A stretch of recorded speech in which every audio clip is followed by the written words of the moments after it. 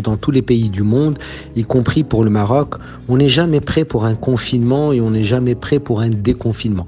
On se prépare pour un confinement, c'est lorsque des situations épidémiologiques particulières nous imposent pour éviter la propagation donc d'une maladie. Donc on a fait le confinement et le Maroc a bien fait dès le départ et très vite.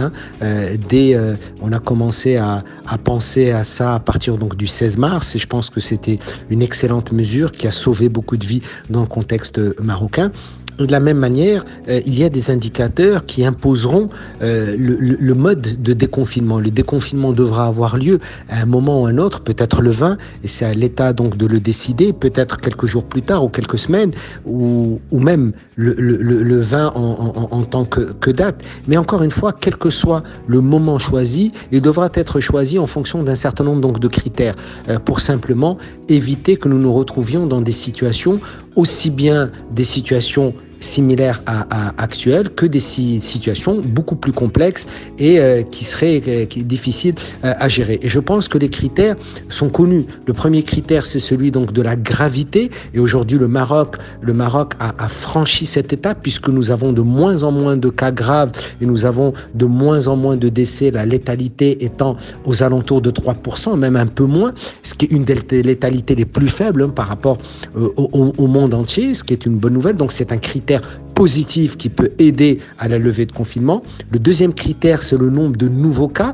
Et là, on a encore quelques soucis dans le contexte marocain puisque nous continuons à avoir des clusters, ce qu'on appelle le Bohar, qui existe encore et que depuis le 1er mai, on a à peu près plus de 100 cas tous les jours, sauf aujourd'hui, on a constaté 94 cas, mais depuis le 1er mai, on a toujours plus de 100 cas par jour pour avoir atteint même, il y a 3 jours, 218 cas. Donc, c'est aussi un critère, ça veut dire s'il y a de nouveaux cas, peut-être parce qu'on en dépiste un peu plus, bien évidemment, mais ça veut dire qu'il y a encore donc des zones de transmission du virus et donc c'est un critère qui est important dont il faut considérer à partir de quel nombre de nouveaux cas, eh bien, nous pouvons envisager la levée donc, du confinement. Le troisième critère qui est aussi extrêmement important, c'est ce qu'on appelle le R0 et qui est une mesure importante, qui est un indicateur et qui montre à quel point une personne infectée est capable de transmettre la maladie à d'autres personnes. Vous vous rappelez, c'était aux alentours de 2,6, 2,7 au début, puis c'est descendu à 2, puis à 1,6 et puis actuellement au Maroc, c'est aux alentours de 1. Des fois même dans des régions du Maroc, juste en dessous de 1 ou 1,06, 1,07, 1,1. Et c'est un critère important parce que ça permet de voir dans quelle mesure est-ce que le virus circule de façon importante ou non dans une population. Le quatrième critère qui est extrêmement important également, c'est la réactivité donc de notre système de santé, c'est-à-dire au vu de la dynamique épidémiologique donc actuelle, comment est-ce que notre système de santé a réagi. Je pense que le Maroc a fait des choses très importante, en particulier en mettant à la disposition des patients un protocole thérapeutique qui a donné des résultats extrêmement prometteurs et qu'il faut considérer. Évidemment, on n'a pas des preuves scientifiques à 100% de l'efficacité puisqu'il aurait fallu mener des études, mais au vu de ce que nous avons observé dans le contexte marocain, des milliers de patients qui ont été traités, nous avons, grâce à ce protocole thérapeutique, accompli des résultats extrêmement importants. Et ceci a contribué évidemment aux résultats très prometteurs du contexte marocain. Et le dernier élément qui est important, c'est celui du contexte social et du contexte économique. C'est-à-dire de savoir dans quelle mesure est-ce que le social et l'économique vont souffrir encore plus si nous maintenons le confinement. Est-ce que si nous déconfinons rapidement, quelle sera la souffrance sur le plan sanitaire? Donc il faudra faire le bon équilibre entre le risque sanitaire et le risque social et économique, et ce n'est pas évident, d'autant qu'une même cause crée des mêmes effets. Je rappelle que les conséquences sociales et économiques sont dues à une cause qui est une cause donc sanitaire. Et je crois que c'est un critère dont l'État va mesurer l'importance, et chacun des critères dont j'ai parlé a son son facteur et son importance, et c'est à l'État donc de faire le juste compromis des choses, et j'ai pas de doute qu'il fera le nécessaire. Est-ce que ce sera le 20 Je ne sais pas, est-ce que ce sera plutôt la fin du mois ou début juin? Je ne sais pas, je pense que les prochains jours sont cruciaux de voir la dynamique épidémique et de voir la réactivité de notre système donc de santé. Dans tous les cas, quelle que soit la journée choisie par l'État marocain, ce confinement, à mon sens et selon ce que je comprends des éléments en ma possession, dans l'état de mes connaissances, il devra se faire de façon progressive avec, encore une fois, toutes les précautions, toutes les mesures donc de vigilance d'un point de vue épidémiologique, car lever le confinement ne signifie pas l'arrêt de circulation du Covid-19 dans la population pour des raisons très très simples, c'est qu'il y a certainement des porteurs donc du virus dans la population et qui n'ont pas été donc dépistés. Cela n'exclut pas bien entendu de pouvoir lever un confinement, mais cela nécessite encore une fois beaucoup de vigilance et de prudence. Donc je pense que ça sera quelque part entre le 20 et le 30 mai. Je n'ai pas d'idée, c'est à l'État donc de décider. Nous sommes simplement des acteurs qui joueront notre rôle si l'État nous le demande et nous continuerons à nous engager pour notre pays, pour lutter au maximum contre cette épidémie.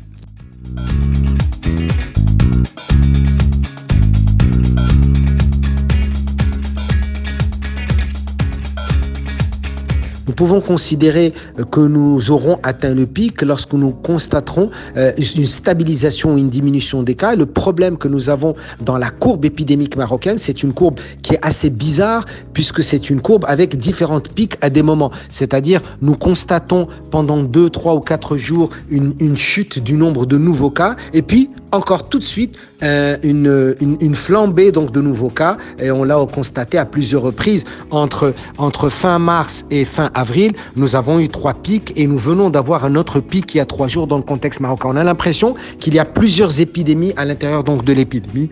Donc, à ce jour où je vous parle, on ne peut pas dire qu'on a atteint le pic épidémique parce qu'avoir atteint le pic épidémique, ça veut dire qu'on a entamé la décroissance. Ce n'est pas encore le cas.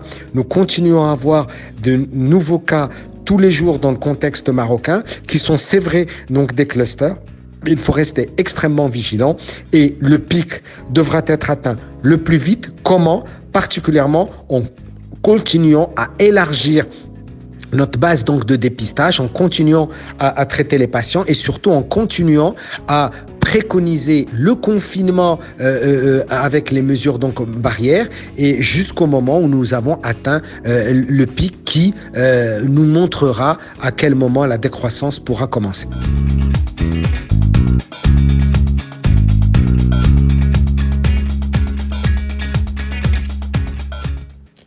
En fait, près des 2/3 des contaminés dans le contexte marocain sont des clusters professionnels et des clusters donc familiaux. Familiaux à peu près presque 60% et on a à peu près aussi entre 8 et 10% donc de clusters professionnels. Donc aujourd'hui, la dynamique dans le contexte marocain, c'était pas au début, on a eu quelques cas importés, donc rapidement, et vous savez que à partir de 7 cas, le Maroc a pris une décision extrêmement importante, juste et forte, qui est celle donc de la fermeture donc des frontières, et puis ensuite les écoles, et puis ensuite les lieux de commerce, et puis les mosquées grâce à une fatwa des oulémas. Donc je pense que ça a été des très très bonnes mesures qui ont été importantes. Néanmoins, il faut bien comprendre que notre contamination dans le contexte marocain est une contamination aujourd'hui purement locale et de clusters. Et les clusters sont en rapport, et en particulier les clusters familiaux, au non-respect d'un certain nombre donc, de mesures de confinement et de mesures barrières. Lorsque vous avez des clusters familiaux, ça veut dire qu'il y a des personnes qui ont infecté donc, leur famille ou les membres de leur famille parce qu'eux-mêmes n'ont pas respecté donc, les mesures barrières, n'ont pas respecté le confinement ou n'ont pas respecté par exemple le port donc, de masque lorsque ils devaient sortir. Et un certain nombre donc de personnes ont considéré que le port du masque à la sortie était une sorte de permis de circulation. En fait, on rappelle que le port du masque qui a été obligatoire à partir du 7 avril, c'est le port de masque qui devenait obligatoire lorsqu'il y a nécessité de sortie. Et donc, ça ne veut pas dire qu'il fallait sortir à n'importe quel moment, mais sortir uniquement en cas donc, de nécessité. Donc, notre lecture, elle est très simple. C'est-à-dire qu'aujourd'hui, nous avons d'abord beaucoup de chance, et c'est très important dans le contexte marocain, la tendance à la réduction des cas graves et la tendance à la réduction de la létalité se confirme. Ça, c'est un fait. Aujourd'hui, cette maladie ne tue plus de façon importante comme au début dans le contexte marocain. C'est une maladie qui est maîtrisée d'un point de vue de gravité et de létalité. Donc, merci à l'ensemble des professionnels de santé au Maroc, du secteur public comme du secteur privé. Merci à la stratégie donc thérapeutique et également merci au dépistage précoce et à la possibilité de prendre en charge très vite donc les patients avec peu de symptômes ou avec des cas asymptomatiques, puisque la stratégie au Maroc, c'est d'hospitaliser toutes les personnes qui ont été diagnostiquées positives pour le Covid-19. Donc voilà un petit peu les éléments explicatifs de la courbe marocaine, qui aujourd'hui est une courbe qui continue à avoir des fluctuations importantes en raison d'un certain nombre donc de clusters. Je pense que si les clusters n'existaient pas, nous serions déjà dans une phase descendante donc de notre courbe, malgré les efforts qui ont été faits en matière donc de dépistage. Je rappelle qu'aujourd'hui le Maroc est à peu près 76 000 dépistés. C'est encore insuffisant, mais c'est très bien. Beaucoup d'efforts ont été faits par l'État. Je pense qu'il faut le féliciter. Il faut continuer dans cette voie pour simplement dépister les personnes positives à un stade précoce, les traiter précocement pour éviter des cas graves et surtout pour les enlever de la possibilité de transmission et donc de nourrir encore cette courbe épidémique et d'éviter qu'il y ait encore une fois quelques pics à l'intérieur de la croissance globale de l'épidémie.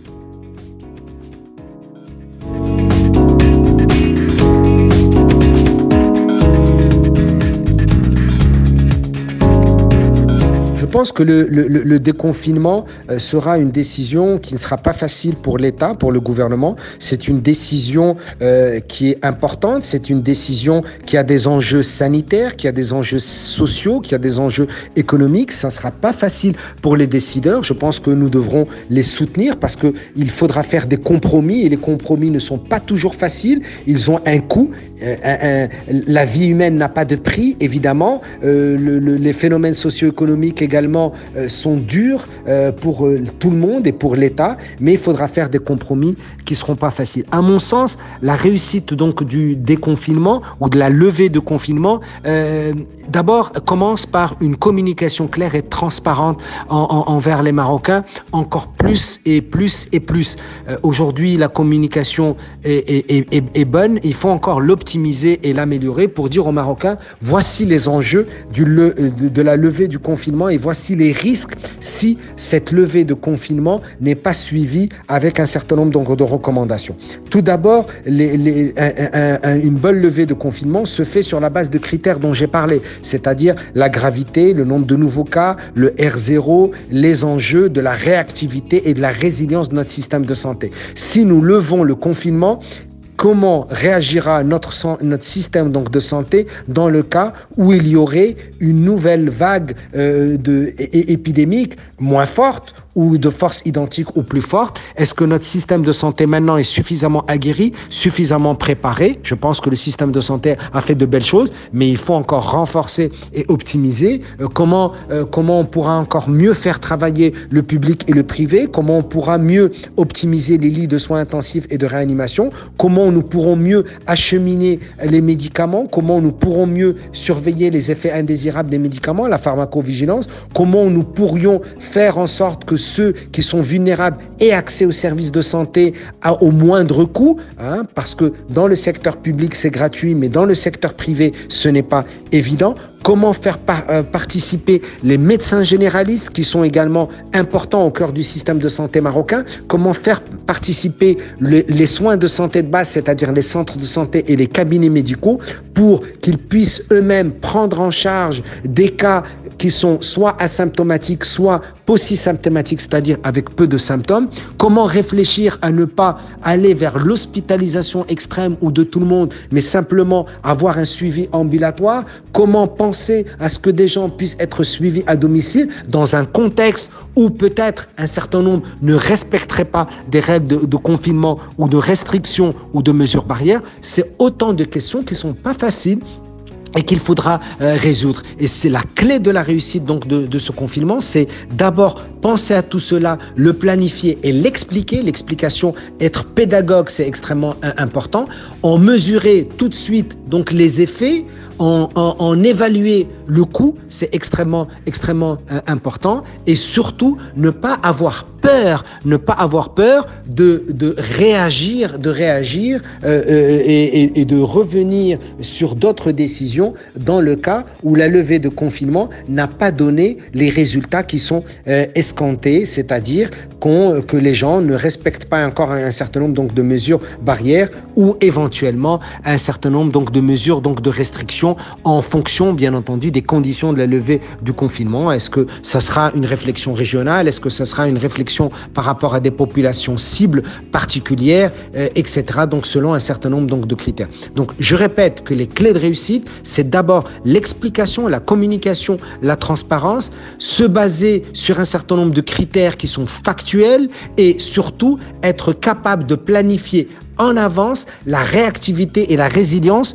du système donc de santé, quitte à le réorganiser, quitte à le réformer, quitte à le refondre le plus rapidement possible pour que nous puissions à chaque fois être en mesure d'être en adéquation entre trois piliers importants, les besoins, la demande donc de santé et l'offre de soins disponible.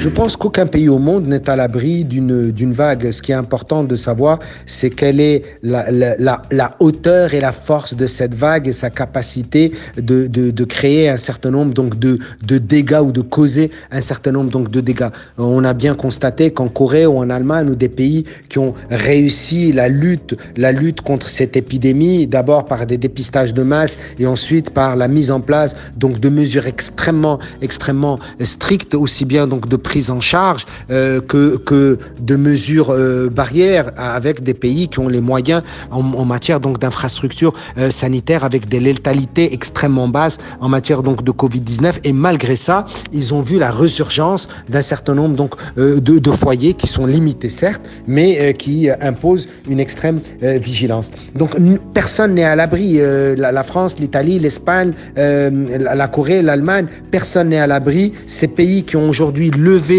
progressivement donc le confinement. Je rappelle qu'il n'y a aucun pays qui a eu énormément de cas qui a fait une levée totale. Ce sont uniquement les quelques pays qui avaient une situation épidémiologique extrêmement maîtrisée dès le départ, qui ont pu soit ne pas avoir de confinement total, soit lever le confinement total à un moment très rapide, mais lorsque l'épidémie était bien maîtrisée. Et donc, il faut de façon intelligente, encore une fois, avec les bons compromis, être extrêmement vigilant, être extrêmement prudent et autant regarder vers l'avenir, c'est-à-dire reconstruire le sanitaire, le social et l'économique, mais toujours garder des rétroviseurs et regarder le risque d'une nouvelle vague qui de toutes les façons, et ce sont les cycles épidémiques, s'il n'y a pas de nouvelle vague, et ce que je ne souhaite pas pour notre pays dans quelques mois ou dans un an ou dans 2 ans, il y aura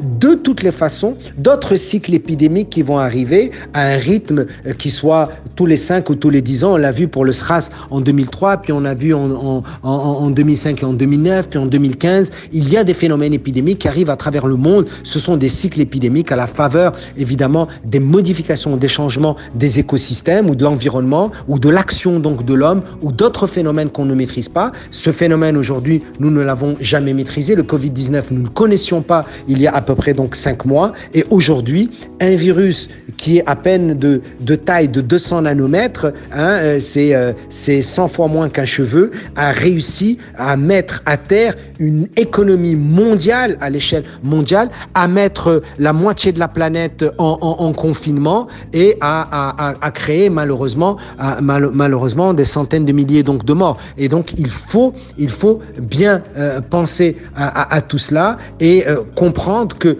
nul n'est à l'abri et que autant il est important de réfléchir ensemble au sanitaire, au social et à l'économique, autant il est crucial de rester extrêmement vigilant et prudent au minimum à mon sens, pendant au moins les 6 prochains mois.